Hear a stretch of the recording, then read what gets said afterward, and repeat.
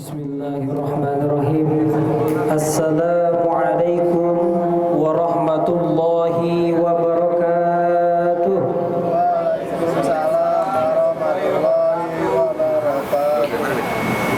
Innal hamdalillah nahmaduhu wa nasta'inuhu wa nastaghfiruh wa na'udzu billahi min shururi anfusina wa min sayyiati a'malina. Man yahdihillahu fala mudhillalah wa may yudhlil fala hadiyalah. Asyhadu an la ilaha illallah wa asyhadu anna Muhammadan abduhu wa rasuluhu, amma ba'du. Yang pertama-tama, marilah kita panjatkan puji syukur kita atas kehadiran Allah Subhanahu wa taala yang mana telah begitu banyak nikmat yang telah Allah berikan kepada kita. Nikmat sehat, nikmat iman, serta nikmat kita dapat berkumpul di tempat yang penuh mubarakah ini. Amin ya rabbal alamin. Salawat serta salam semoga tercurah limpahkan kepada junjungan Nabi kita Nabi Muhammad sallallahu alaihi wasallam. Hadirin wal hadirat rahimakumullah.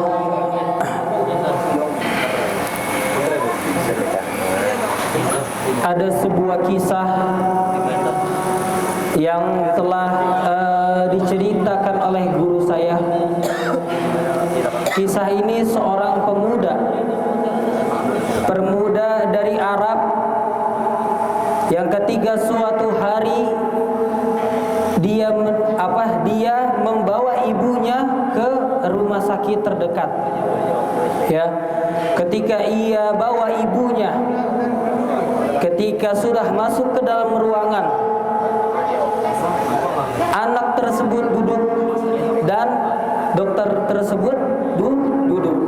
Dokternya perempuan, ya, tapi ibunya tetap berdiri. Seketika itu ibunya ini, kalau bahasa kita kayak tantrum, ya, dia mengacak-acak meja dokter. Dia robek semua kertas, dia hamburkan semua yang di atas meja dokter itu.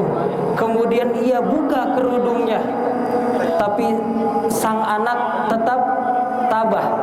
Dia peluk ibunya, dia pakaikan kerudung, ya, dia dudukkan ke bangku yang sudah disediakan.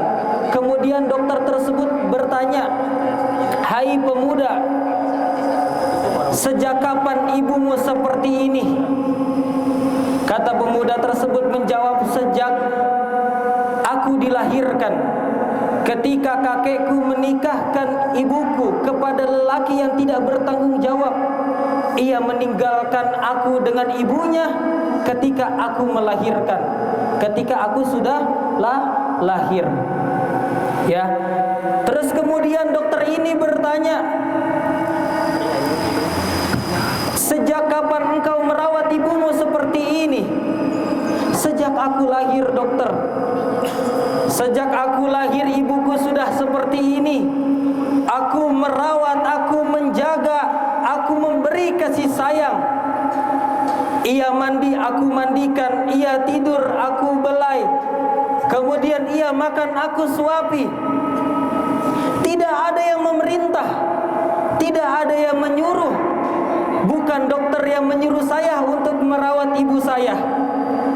Bukan ustadz yang menyuruh saya untuk merawat ibu saya. Bukan guru, bahkan bukan rasul yang menyuruh saya untuk merawat ibu saya. Tapi yang menyuruh saya merawat ibu saya mutlak Allah Subhanahu wa ta'ala." Kemudian dokter itu bertanya, "Hai anak muda, apakah engkau tahu ibumu ini sebenarnya tidak tahu kalau engkau sebenarnya anaknya?" Ya, dalam artian ibu ini ternyata sudah gila. Sejak dari lahir dia rawat ibunya yang gila itu.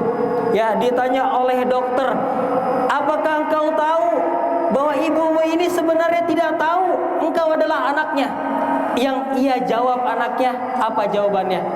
"Memang ibuku tidak tahu bahwa aku ini anaknya, tapi Allah tahu adalah anak dari ibu tersebut. Maka kewajiban aku menjaga, merawat, memberi kasih sayang kepada ibuku. Tidak ada suruhan, bahkan Rasul pun tidak menyuruh.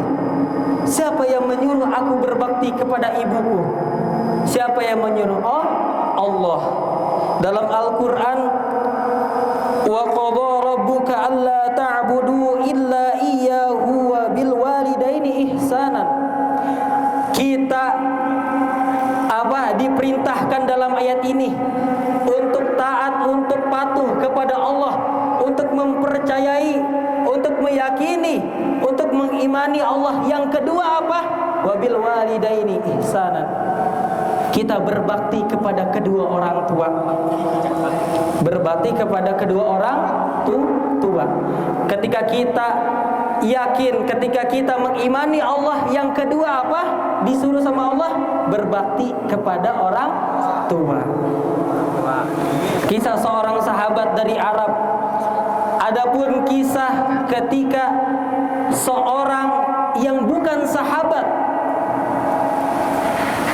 tapi ia ada pada zaman Rasulullah masih hidup, tapi dia mengimani Rasulullah, dia masuk Islam, tapi bukan sahabat. Syarat sahabatnya Rasulullah ada 3 dalam hadis.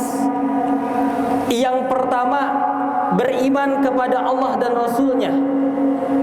Yang kedua, bertemu tatap muka dengan Rasul. Yang ketiga, mati wafat itu dalam keadaan kita beriman. Itu 3 syarat sahabat Rasulullah Sallallahu Alaihi Wasallam. Sekarang kalau kita tanya, kita semua di sini sahabat Rasul bukan? Kita semua di sini sahabat Rasul bukan? Bukan. Kenapa kita bukan disebut sahabat Rasul?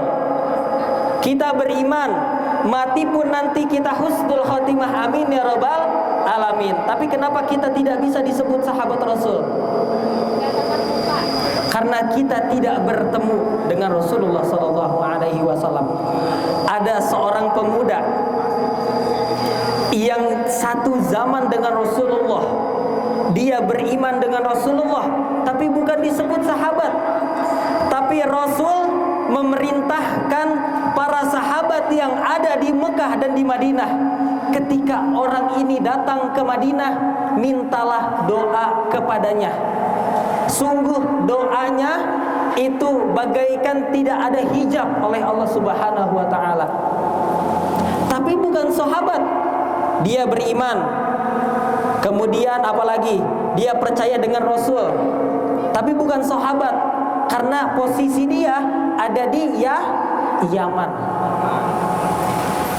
Ketika Rasul ingin wafat, Rasul memerintahkan kepada sahabat-sahabatnya, hai para sahabatku, ketika ada pemuda dari Yaman datang ke Madinah dalam tujuan untuk berdagang, namanya Uwais Al-Qarni.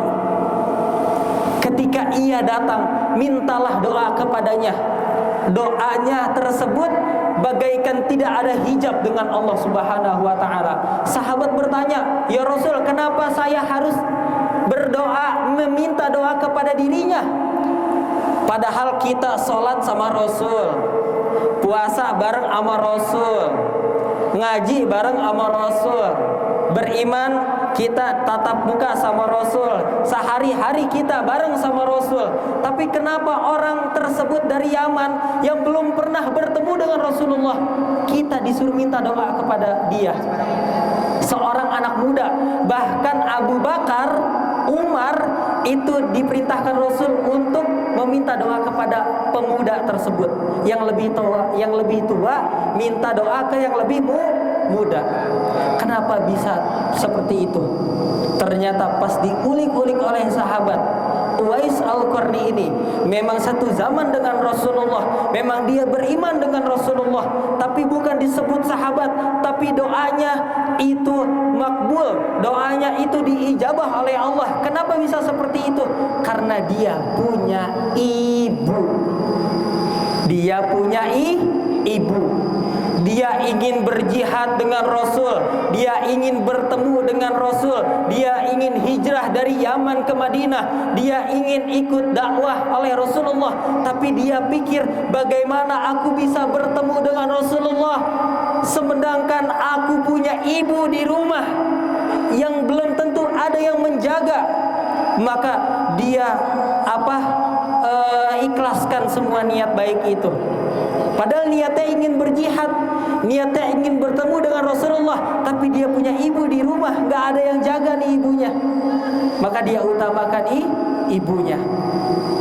Ya, dari dua kisah tersebut, ya, bahwa orang tua, ibu, ayah itu harus kita utamakan. Apalagi yang anak laki-laki, ketika kalian sudah berkeluarga, jangan pernah kalian abaikan campakan ibu kalian. Jangan pernah kalian duakan ibu kalian. Jangan pernah kalian utamakan istri kalian. Karena kenapa? Ketika orang sudah berkeluarga, suami takut istri, suami lebih taat kepada istri daripada suami taat kepada ibu kandungnya, maka jangan harap engkau mencium baunya surga. Bukan hanya laki-laki, tapi perempuan pun sama. Sekarang saya tanya, siapa yang tadi mengucapkan hari ibu? Ya. Ya, siapa yang sering mengucapkan hari ibu? Ya. Tiap hari, ya. Sebenarnya hari ibu yang kita buat dalam kalender tersebut itu adalah tradisi jahiliyah. Tidak boleh kita ikuti.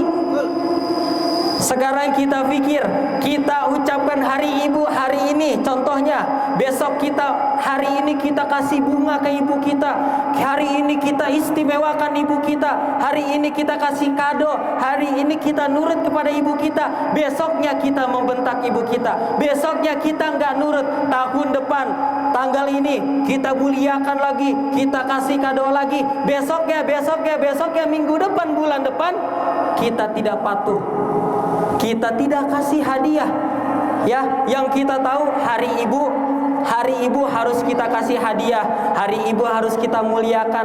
Tapi besoknya kita nggak pernah kasih hadiah ke ibu, kita nggak pernah kasih yang namanya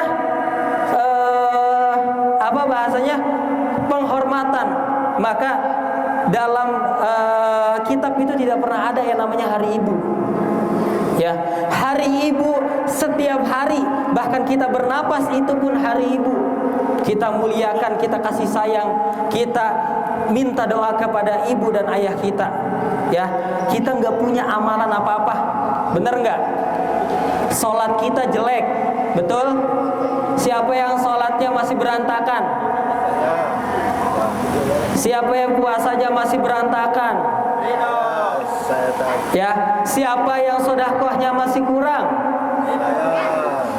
Ya, boleh angkat tangan. Yang puasanya masih berantakan, yang amal ibadahnya masih kurang, yang sholatnya masih telat-telatan, yang subuhnya nggak pernah bangun, yang kalau sholat isya pernah jarang lupa, sholat maghrib yang cowok jarang ke masjid.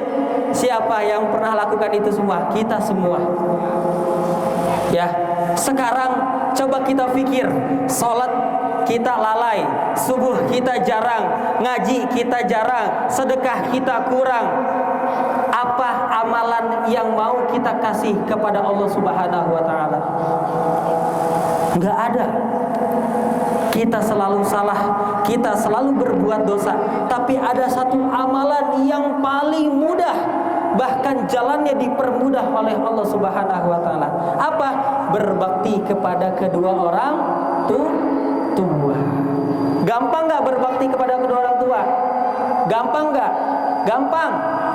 Kita turutin apa kemauannya. Kita punya rezeki, kita punya gajian, sisihkan kepada kedua orang tua kita. Kita punya pencapaian, kita beritahu orang tua kita. Orang tua kita sakit, kita temenin. Orang tua kita panas, kita kompresin. Orang tua kita pegel pulang kerja, kita pijitin. Ya, kapan kita pernah terakhir duduk di pangkuan ibu kita, sambil dielus, sambil dibalurkan dengan doa. Ya, kapan terakhir? Sudah lama. Apakah kita bisa seperti itu?